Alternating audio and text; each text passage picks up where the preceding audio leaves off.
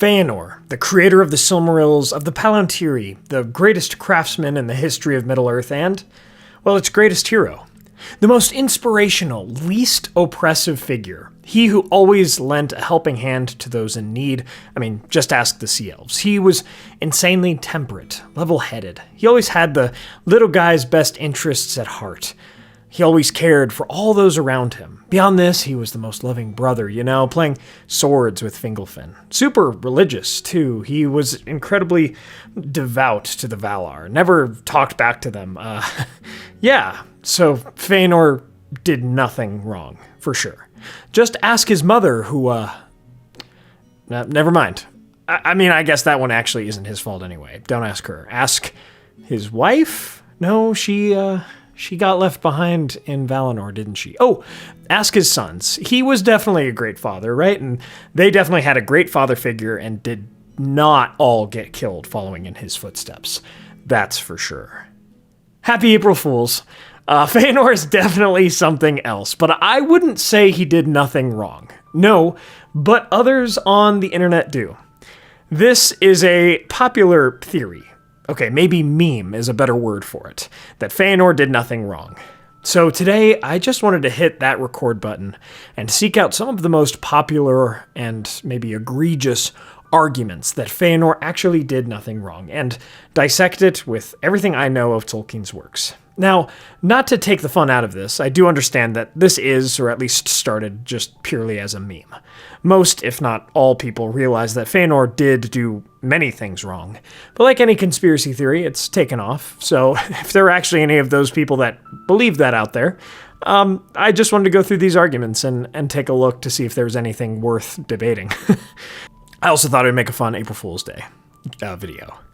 These arguments will be linked in the description below. Then, after I've exhausted those, hopefully everyone's okay with me doing this, will go against an argument that AI itself comes up with. And I'll try to have it come up with the best argument possible that I can hopefully disprove. My friends, thank you all for joining me. This will be a bit more of a lax video, a little less editing, and more of a conversational style video, so let me know what you think. And we can go into other theories and other videos if you like this format. So let's begin our tale. Alrighty, so again, all of these arguments will be in the description below. Now, while I was seeking these out, there are also discussions of whether or not Fëanor was actually evil. That is maybe even a better debate in many ways, because it depends on how you define evil. Whether or not Fëanor fits that description, I think there are really good arguments out there. But this one it has to follow exactly after the meme. Did he do anything wrong? So, looking first at Background Rich 7614, who posted on Reddit about 6 months ago from the making of this video. He said basically, if Fëanor never goes into a rage and tries to retrieve the Silmarils, the Noldor might not pursue Melkor.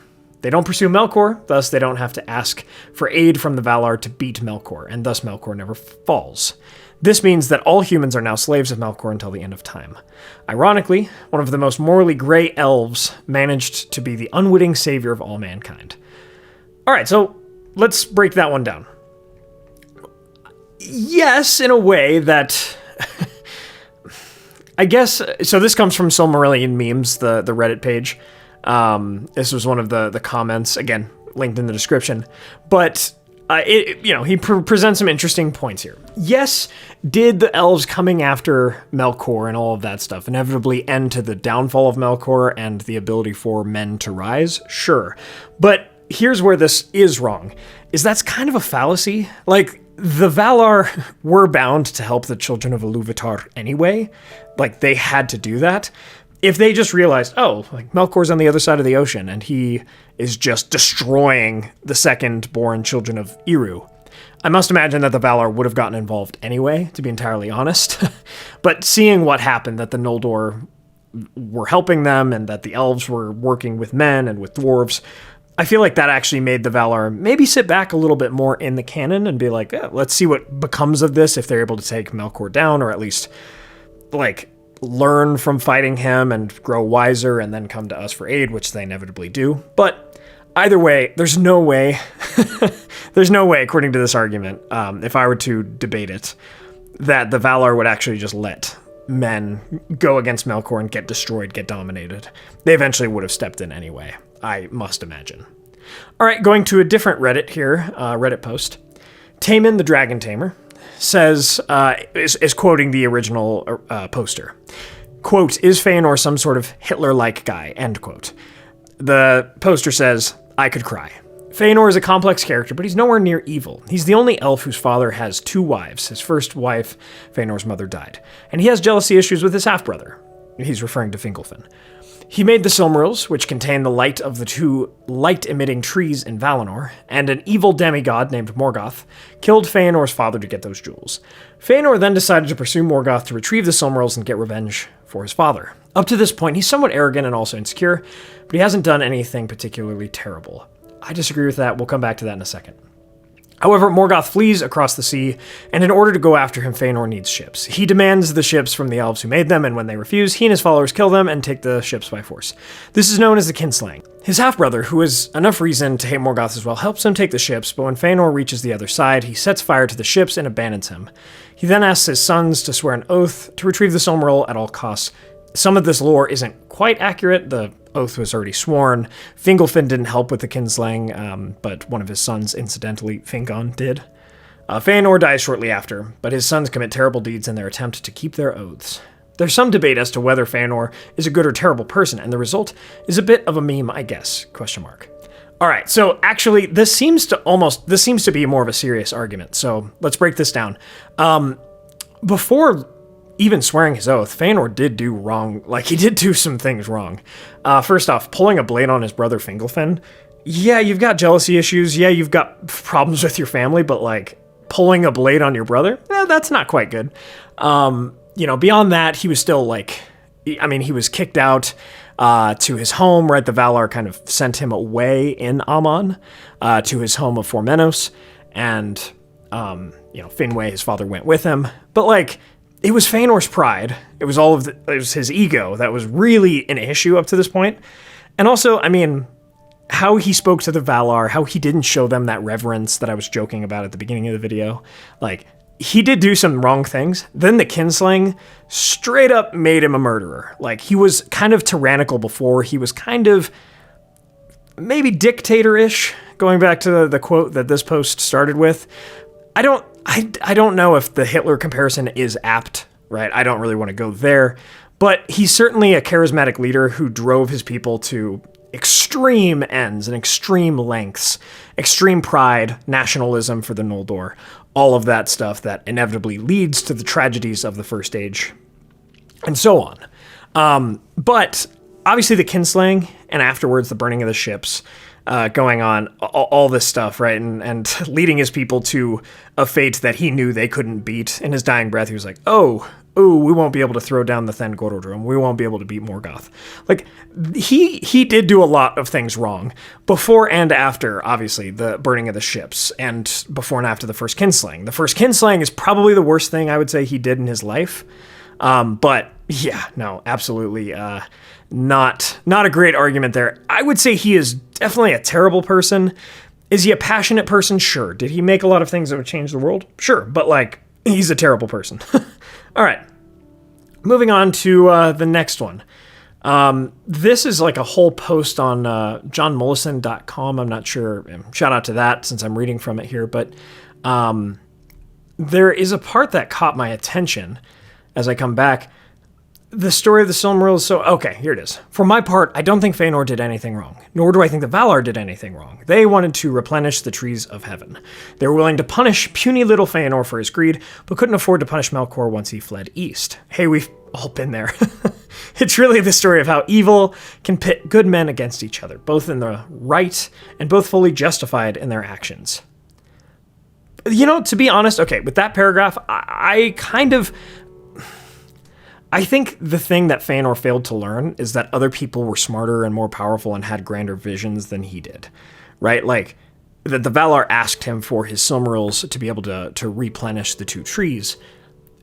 He needed to be able to give up his arrogance. I get it, right? He created those Silmarils, but the light of the trees, right? The whole trees themselves, those came from the Valar. He was only able to make those because of the crafts, because of the skill that Aule taught him.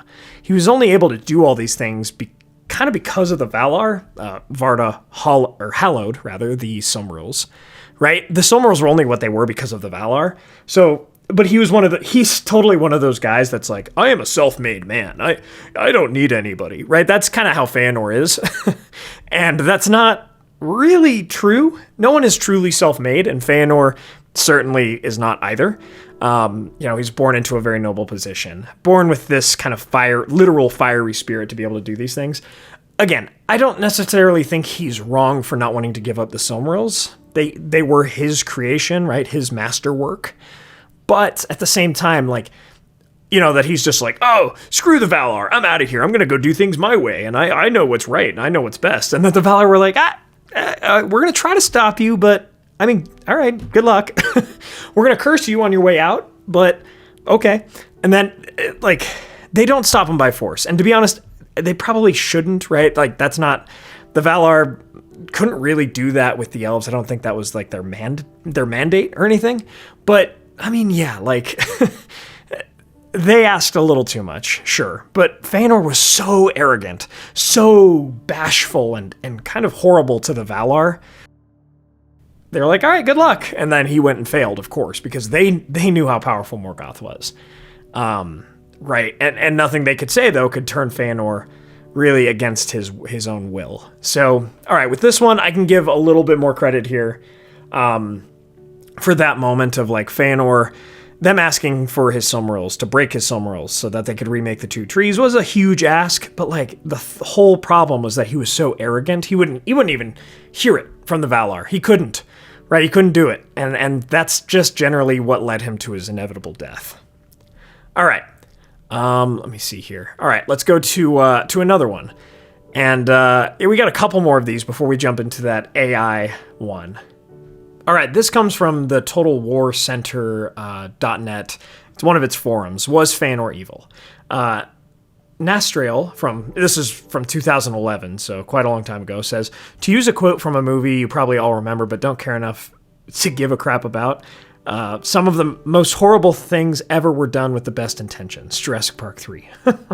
However, Fëanor was not evil. The Silmarillion is a tragedy, and like in tragedies and epics, this elf was the greatest of his kind. Yet, due to a character flaw, he leads himself and his people to their demise. In Macbeth, he was not evil, but driven by ambition and his manipulative wife. In the Iliad, Achilles was not evil for slaying Hector and dragging his corpse around Troy. He was simply so full of righteous anger at the unjust killing of his cousin that he went berserk. Many can say that this is what happened to Fëanor. Just because someone commits horrible acts doesn't make them inherently evil. One must take a step back and look at the story as a whole rather than comparing individual events, as that can be misleading. It also works the other way around too. So I'm going to cut it off there. Again, the idea of is he evil, is he not? I agree that is complicated. For my part, I think because comparatively we have such amazing heroes, even some neutral characters, I would put Turin commits evil acts, but he commits good acts as well. Fëanor, he doesn't really do a lot of good, in my opinion. He does a lot more evil than good. Whereas Turin, I would say, is much more of a neutral sort of character who tries to be this hero, tries to be good, and he falls into that tragic hero category. Fëanor is more like someone who doesn't get his way, so he's going to watch the world burn until he does, right? That's kind of what he strikes me more as. He's more like an anti-hero, or I guess maybe even an anti-villain. He's more, in my mind, on the villainous side, but his self-righteous nature drives him to feel like he's the hero. So, but beyond all that, I mean, again, you could say he's just a tragic character, and certainly part of his story is. He lost his mother. His fiery spirit accidentally slew her in childbirth. Again, it's not really his fault or anything. He was sorrowful, all this kind of stuff. I would say he's a villain, because I would also say Anakin Skywalker's a villain, and he's a tragic character whose tragedies you do understand, but you're like, ooh, I wouldn't just take all those people out. I wouldn't take out the Sea Elves. That's not a good thing to do on in Anakin's scale, right? Oh, maybe I wouldn't, take out the Tusken Raiders. I've often compared Anakin to Turin, though, so maybe you could even apply this to Turin as well. But, they commit such evil acts, and then they grow into something that's even more evil. Him just burning the boats at Loskar and being like, haha, screw my half-brother, Fingolfin. He can find the long way around, or he can just go back, whatever. It's kind of like confirmation. Ooh, you do not have the elves' best interests at heart, like at all. Your own people. You don't have their best. You just want vengeance for yourself. Again, kind of like Anakin going to Vader. It's like you're embracing the villainy. You are embracing how bad you are. So, I don't know. Certainly, he did wrong things. We know that. Is he evil? Again, that is maybe in some ways a more interesting debate. But speaking of debate, all right. Let's go to our most powerful argument here before we wrap up this video at large. Let's go to what AI, right? This is ChatGPT 4.5, its newest version. This is what the argument they came up with. So I said, make a serious argument based in lore, morality, and ethics that Fëanor actually did nothing wrong. That's what I typed in. All right, here's what it came back with. A defense of Fëanor, a reinterpretation through lore, morality, and ethics. To argue seriously that Fëanor did nothing wrong is not to erase the consequences of his actions, but rather to understand them through a lens of lore, morality, and ethics rooted deeply in Tolkien's own philosophical underpinnings. All right, so number one, it says the moral imperative of creation and stewardship. Fëanor's greatest achievements and greatest controversies stem from his creation of the Silmarils. Tolkien's mythology posits the act of subcreation as inherently sacred. Through subcreation, beings imitate the divine creativity of Ilúvatar, whose act of creation was rooted in generosity and love. In crafting the Silmarils, Fëanor engaged in the most profound act of subcreation known among the children of Ilúvatar. Pause. All right, I'm going to address that too. In a way, yes. Subcreation, creators, craftsmen, they could do holy things, but we also see that in so many reverse circumstances in so many ways. Would we say Sauron creating the One Ring was subcreation? I mean, kind of. Like, he was creating his own thing, the Rings of Power, right? They weren't good, mostly, except for the three Elven rings. Even something kind of more neutral, Aule creating the dwarves, originally, that wasn't seen as good. That was seen more as like, oh, look at what you got here, Aule. Well, okay, you're repenting. Oh, don't destroy them. You know what? Okay, as long as they wake up after the elves, I'll adopt them. It's not always inherently good, so there's that. All right, let's keep going. The Silmarils were not mere gemstones. They embodied the unmarred light of the two trees of Valinor, the purest creation of Valar. Fëanor's zeal to protect the Silmarils was not simple greed, but was anchored in a profound understanding of their divine significance. To relinquish them lightly would have dishonored their sacred nature and disrespected the essence of their divine light. In this view, his stubborn defense was ethically justified as stewardship, preserving a unique divine gift against potential desecration. Sure, I think going after Morgoth, to some degree, right, results in... I mean, these were divine relics, these were holy relics, these were hallowed relics. But we also see with how jealous he was to keep them, even from the Valar themselves. He took that a little too far. He went too far into, like, my precious territory versus I will take up the burden, kind of like a Frodo type of thing. He didn't necessarily respect their inherent divinity himself. Right? I think he hoarded that, almost more like a dragon, like Smaug with the Arkenstone. He hoarded that power. So I wouldn't say he was specifically good in that sort of moral sense with his Silmarils. All right, let's keep going. Number 2, the betrayal and manipulation by higher powers. All right, interesting. Fëanor's actions must also be contextualized within the broader manipulations and betrayals he suffered at the hands of powers beyond his control. Morgoth and his insidious influence created superstition, division, and paranoia among the Noldor. Melkor's theft and murder in Valinor were direct attacks not only on Fëanor personally, but on the harmony and sanctity of the Blessed Realm. Okay, I totally agree there. Moreover, the Valar, for all their wisdom and power, acted hesitantly and ineffectively in addressing Melkor's actions. Their apparent inaction and reluctance to confront evil decisively compelled Fëanor to assume responsibility. Ethically, Fëanor stood in a morally defensible position by taking decisive action when those entrusted with protecting Arda failed to act adequately. He chose active resistance over passive complicity. Okay, so again, I can even concede the point that he did actively go after Morgoth and continued to pursue him, right? He would, according to his oath, pursue him like to the ends of the earth, pretty much.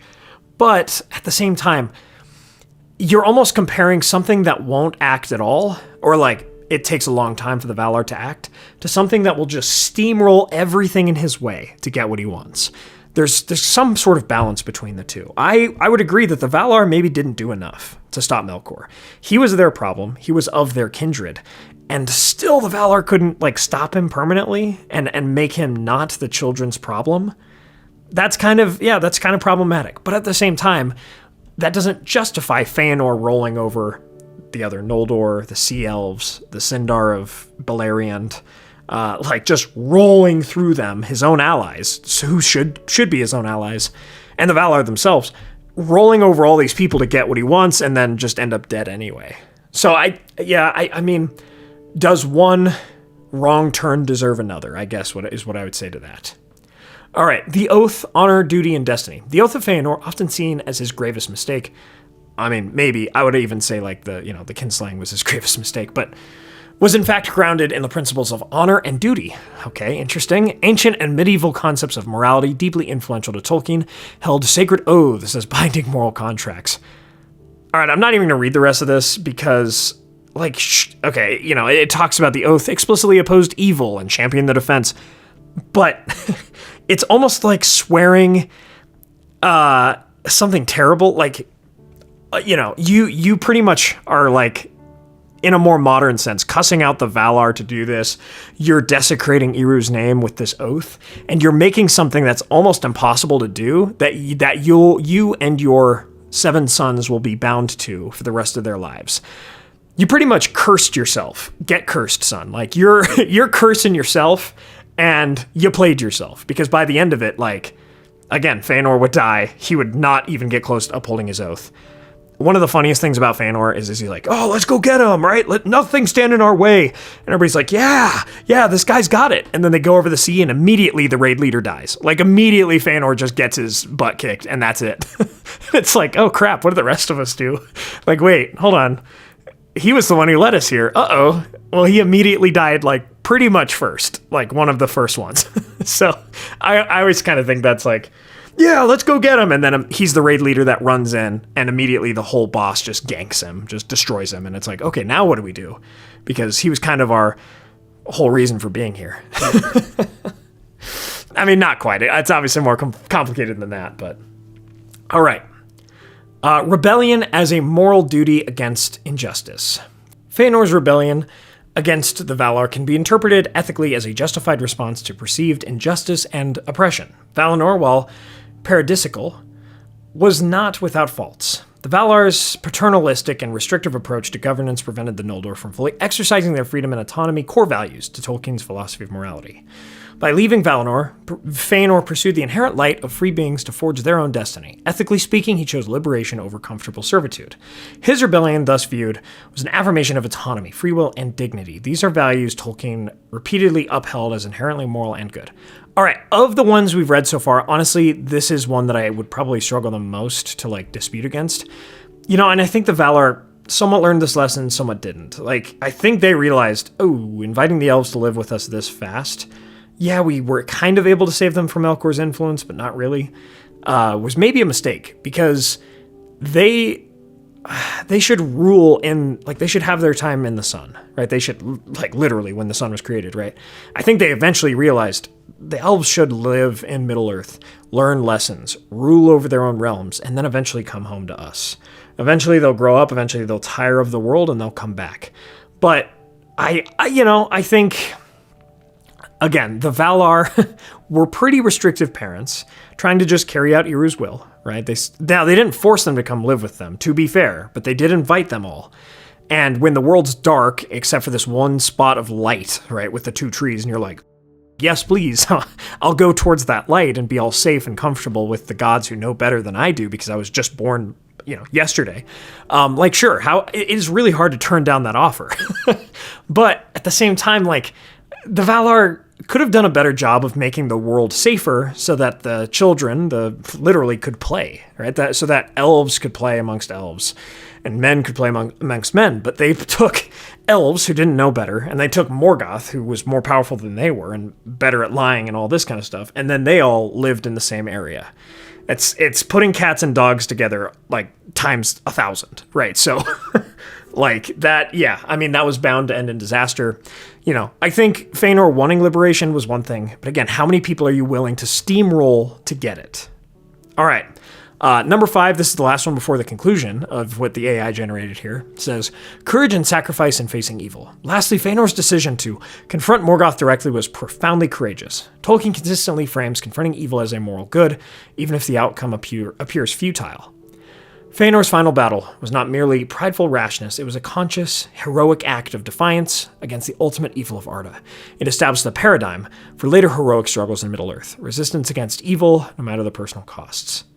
This ethos underpins Tolkien's entire morality, where resistance to evil is always morally commendable. Yeah, but it's got to be smarter, right? You didn't see Aragorn being like, man, Frodo needs a diversion. I guess I alone will go to the Black Gate, and I will face the hordes of Mordor. I'm going to ride past them, and I'm going to ride all the way to Barad-dûr myself. But Fëanor's like, oh, we got this, guys. Let's keep riding, until the Balrogs looked back. It's like, oh, it's just Fëanor and a couple dudes. Okay, we got this. And they turn around and just beat on all of them. There's a measure of stupidity at play here, and stupidity I don't see as virtuous per se, nor and that also led to Fëanor doing wrong. He did wrong by his people by getting himself killed, right? By not truly leading them, but by dominating them. Again, going back to the point, hey, let's go get them, and then immediately dying. That is not doing your people any good. There's an argument to be made where it's you are an important leader. Sure, there are problems with you. Sure, you're doing a lot of evil things, but you need to live to fight another day for the sake of your people. You were the one who led them here. Because I feel after Fëanor was gone, a little bit of the hype around coming to Middle-earth faded, because they were oh, he was our most powerful guy, and he immediately got destroyed. What are we doing here? And then they had to figure out for themselves.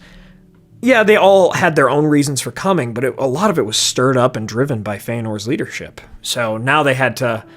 Right now the party was kind of gone, and it was, okay, what are we going to do? Some of them would, dwell in Nevrast. Some would dwell here. Fingolfin's people came in and, mixed in with them and tried to make peace. Maethros made peace after he was freed by Fingon. You had to have all of these moments where now the party's over, what do we do? So, conclusion here. This is what AI gave me for a conclusion. Reframing Fëanor's actions. His actions, viewed through Tolkien's philosophical and ethical principles, divine creativity, stewardship, honor-bound duty, autonomy, and courageous resistance, can thus be morally and ethically defended. While consequences were tragic, tragedy alone does not define immorality. Instead, Fëanor emerges as a figure whose actions, though costly, arose from deeply moral convictions. Thus, from a position grounded firmly in lore, morality and ethics, one conclude that Fëanor did nothing inherently wrong. His legacy should not be condemned simplistically, but rather understood as embodying the complex struggle between free will, duty, creativity, and the ever-present shadow of evil. Yeah, sure, but he did do things inherently wrong. It is all those things. It is this struggle. That's what makes him such a cool and complicated character. Sure, but he did a lot of things inherently wrong. Because again, Fingolfin, who was his half-brother, Finarfin, they didn't make the same choices, right? You don't really see elves make those exact choices. Even Celebrimbor, he didn't steamroll people in the Second Age like Fëanor did to get what he wanted. He didn't just kill other elves and do all this stuff. No, it was a distinctly Fëanor thing. Of the elves that we know in Middle-earth, I would probably say Fëanor is one of the most, if not the most evil elf to have existed.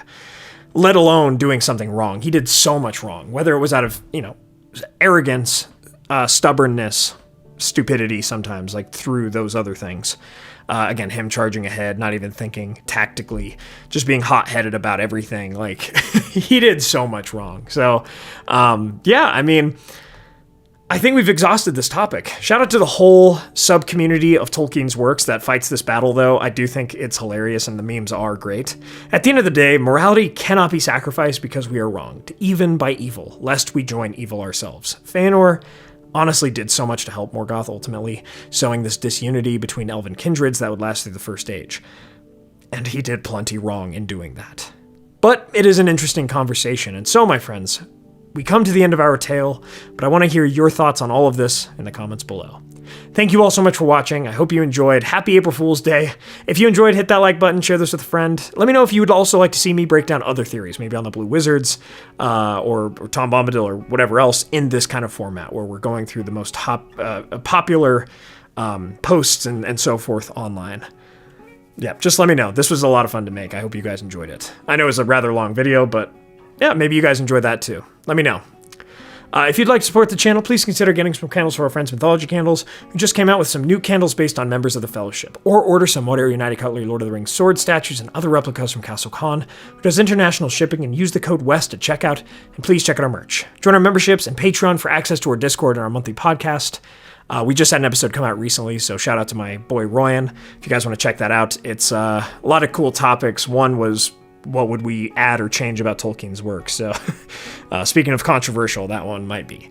But check it out on Patreon or memberships if you'd like to support the channel. Thanks to our Valor tier patrons and YouTube members, Ed Patterson, Comic Nut 64, Brian Hunley, Peter Shepard, John Hume, Rhys Jenkins, Arthur Merlin, Theodore, Zoomi, Todesmorgen, and Joby Weasel. Thank you all so much for continuing to keep the channel afloat. Really appreciate you all. Please subscribe to join the Men of the West, and I'll see you all again next time. My friends, thank you all for joining me on this adventure. Until the next one.